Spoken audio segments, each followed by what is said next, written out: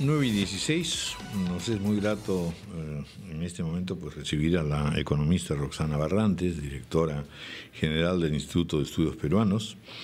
En el marco del 50 aniversario se realiza un encuentro internacional de la mayor importancia y en efecto la pregunta, que podría ser incluso extensible a toda América Latina, es cómo sería el Perú en los próximos 50 años. Hay que decir que en realidad el Instituto de Estudios Peruanos, que ha conocido varias etapas en sus 50 años, ha sido un referente constante para preocupaciones nacionales de toda índole, estudios, análisis, investigaciones y también, por supuesto, conclusiones. En este caso, esta pregunta parece pues para un predictor, para un utopista, para un visionario, pero también para un reino de la ucronía. También los hay pesimistas que dirán, bueno, nos va a ir peor que de lo que vamos yendo. Bienvenida, Roxana, y una vez más un caluroso saludo a usted y por su intermedio a todos los miembros del Instituto de Estudios Peruanos. Muchísimas gracias por la invitación, encantada de compartir con ustedes y con los oyentes las reflexiones y la invitación a que nos acompañen en los diversos paneles. Efectivamente, la pregunta puede sonar ¿por qué no conseguimos una bola de cristal? Pero de lo que se trata en realidad es de preguntarnos y cuestionarnos estos fundamentos del crecimiento económico del cual todos estamos orgullosos y saludamos a todos aquellos que han liderado las políticas que hoy nos ponen como la perla de América Latina. ¿Cuáles son los puntos, no quiero decir débiles, pero sí los puntos que es preciso atacar de inmediato para poder sostener este crecimiento por más tiempo y que se traslade efectivamente en desarrollo? No hemos completado. La historia económica del Perú muestra que en el siglo XX tuvimos una fase de crecimiento como que de 25 años hacia los 50, que culminó en los 60. Perú todavía está por cumplir esos 20 años. ¿Qué necesitamos para que no sean solamente 5 años más y superar la última fase? Sino que efectivamente nos coloque en una senda de crecimiento que nos acerque a esos países de la OECD a los que aspiramos ser parte del club. ¿Qué cosa sería preciso hacer, no solo con la adopción de este modelo, digamos, hasta ahora vigente? Porque lo que está claro es que conforme se avanza en lo que llamamos el desarrollo, al mismo tiempo hay reacciones y cambios sociales sumamente importantes, y se habla por eso de que estamos marchando hacia clase medieros.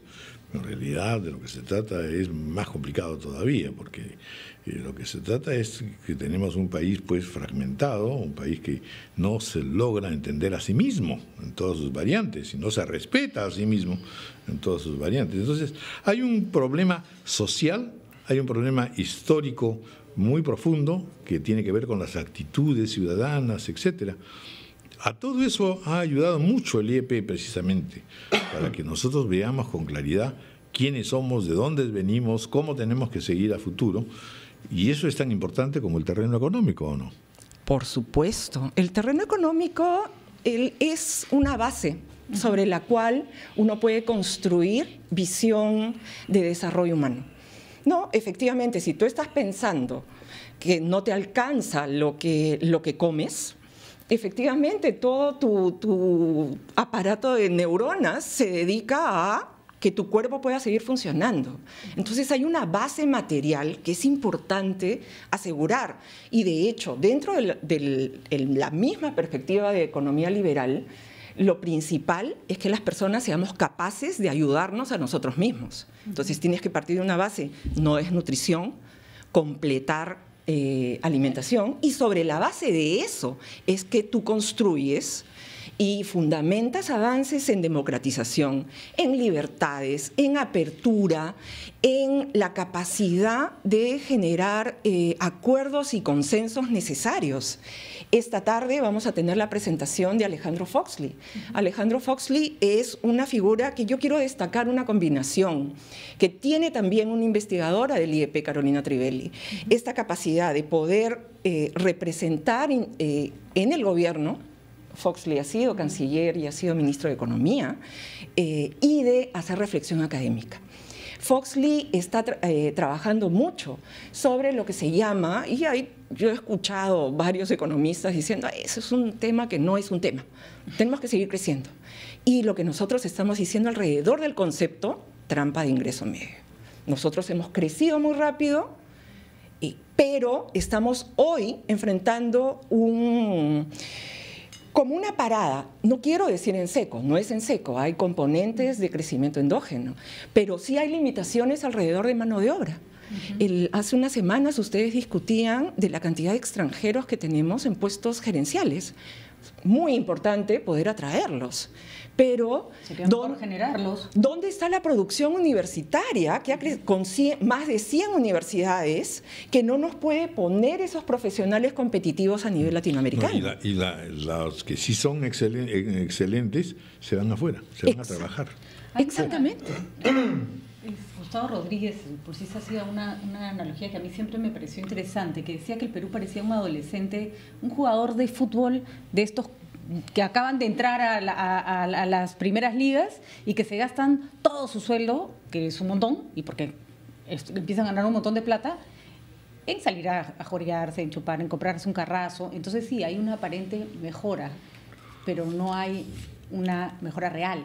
Estamos un poco en ese momento en que la economía ha crecido porque tenía que crecer, porque teníamos muchísimo margen, pero sobre la base de nada. Yo no quiero decir que sobre la base de nada, de acuerdo, porque hay aumentos en el empleo, hay aumentos en la producción de profesionales. Hay mejor infraestructura también. Hay mejor infraestructura. Los programas del gobierno están enfatizando mucho, hay compromisos de ampliación de infraestructura que van a dinamizar el empleo, etcétera, pero hay otro componente al que no le estamos prestando, me parece, importancia. Uno va por el lado de reformas en la gestión pública. Necesitamos un servicio civil, el que merecemos como ciudadanos, por un lado. Pero por otro lado, necesitamos atender los problemas de vulnerabilidad de clases medias, ¿no? Tú tienes aspiraciones de estas familias que superan la línea de pobreza, tienen 2 miembros, los adultos, trabajando, siendo parte de la fuerza laboral, pero que tienen que conseguir seguros privados, dedicar parte de ese ingreso en atender necesidades de salud, atender necesidades de educación, porque no confían en la educación pública. De ahí que destaquemos, pues es importante, que el primer punto del discurso presidencial ha sido la reforma de educación. Tenemos que convertirla en una política de Estado.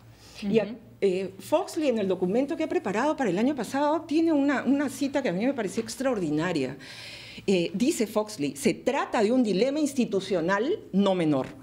¿Cómo fortalecemos las instituciones democráticas? Es decir, ese es el tema, porque al margen de la economía, si no tenemos instituciones, hasta ahí nada más llegamos, hasta estos números nada más y de ahí. Exactamente. Y esas instituciones las tienen que generar desde el Estado, desde diversos ámbitos, la clase política, y nuestra clase política está en crisis. Dice Foxley, a la vez de construir mecanismos institucionales que permitan elaborar estrategias de desarrollo compartidas transversalmente entre todos los sectores.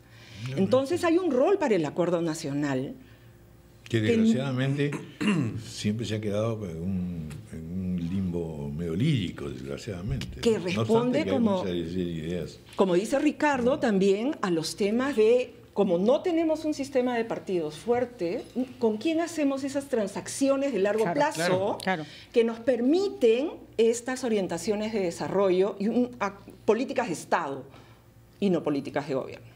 Bueno, muy bien. Vamos a estar muy atentos a los resultados también de este seminario y habrá otra ocasión de conversar de nuevo con Roxana Barrantes. Muchas gracias. Encantada, y quedan todos invitados. Si no llegan al instituto por los temas de tránsito, vamos a estar lo que se dice en inglés streamline, en línea, transmitiendo todo. A partir de la página del IEP. Exacto. O sea, entraremos a la página del IEP y ahí podemos ver las conferencias. Exacto. Perfecto, Roxana. Muchas gracias. A usted. 9:25, vamos de inmediato a conversar con el señor Eduardo Ferreiros, exministro de Comercio Exterior, gerente general de Comex Perú. Comex Perú, a partir del martes 26, realizará la cumbre PYME de la PEC 2014 en el Hotel Westin. Esto está organizado por Comex Perú. Los retos de las micro, pequeñas y medianas empresas del país. Muy buenos días, don Eduardo Ferreiros. Muy buenos días, muchas gracias por la llamada. Bueno, cuéntenos, a ver, esta es una cumbre importante, además porque en efecto acabamos de estar viendo, justamente a propósito del aniversario del IEP, la necesidad de consolidar el emprendedurismo por un lado, clases medias por el otro, y el hecho de que la economía reposa sobre micro, pequeñas y medianas empresas. Sí, exactamente. Mira, nosotros todos los años hacemos este gran evento que es todo un día de trabajo con pequeñas, medianas y micros empresas, donde buscamos darles herramientas que promuevan su competitividad y acercarlas a nuevas herramientas de tecnologías de la información, redes sociales, herramientas financieras, herramientas de gestión.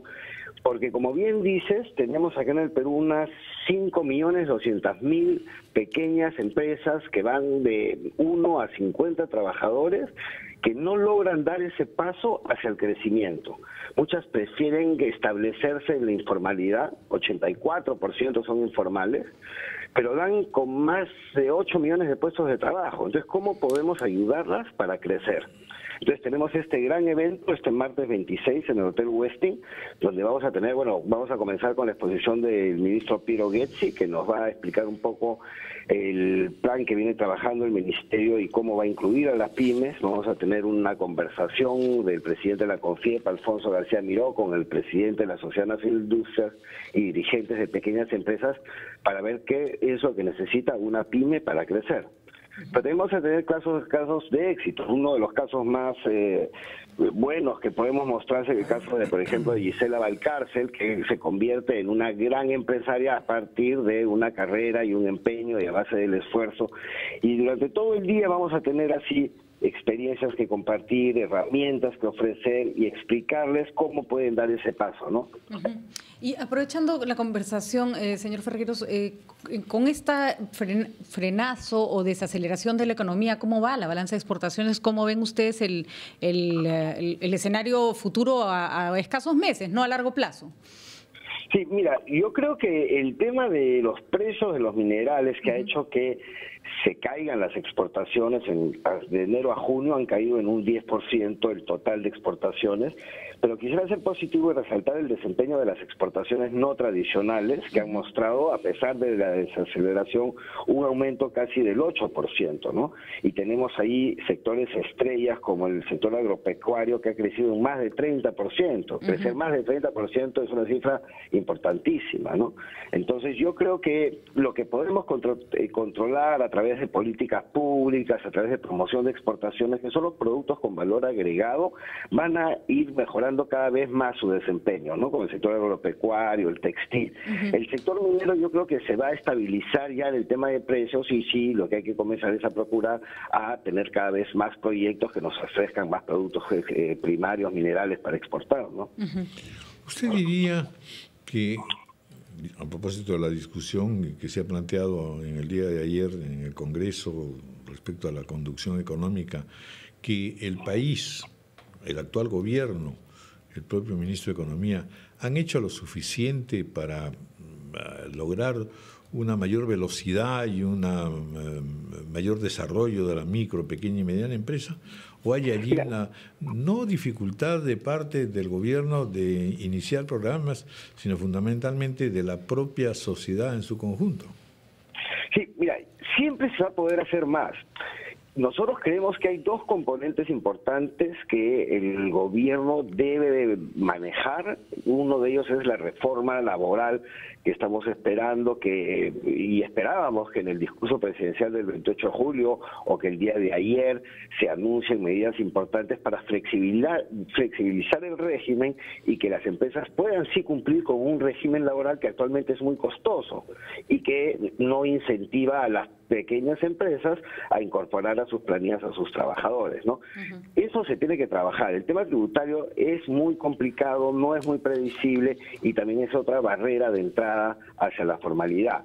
Ahora, Eso sí, el gobierno ha hecho algunos cambios, ha hecho algunas mejoras, pero siempre se puede hacer mejor. Entonces lo que hay que es incentivar al gobierno a que siga en el camino correcto.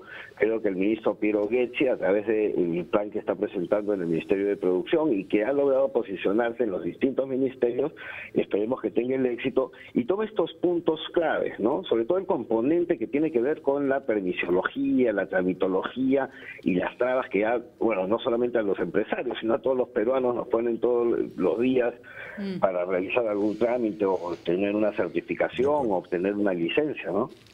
Muy bien, bueno, pues muchas gracias por toda esta información y después estaremos también enterándonos de los resultados de vuestra cita. Muchas gracias, Eduardo Ferreira. Muchas gracias. Hasta luego.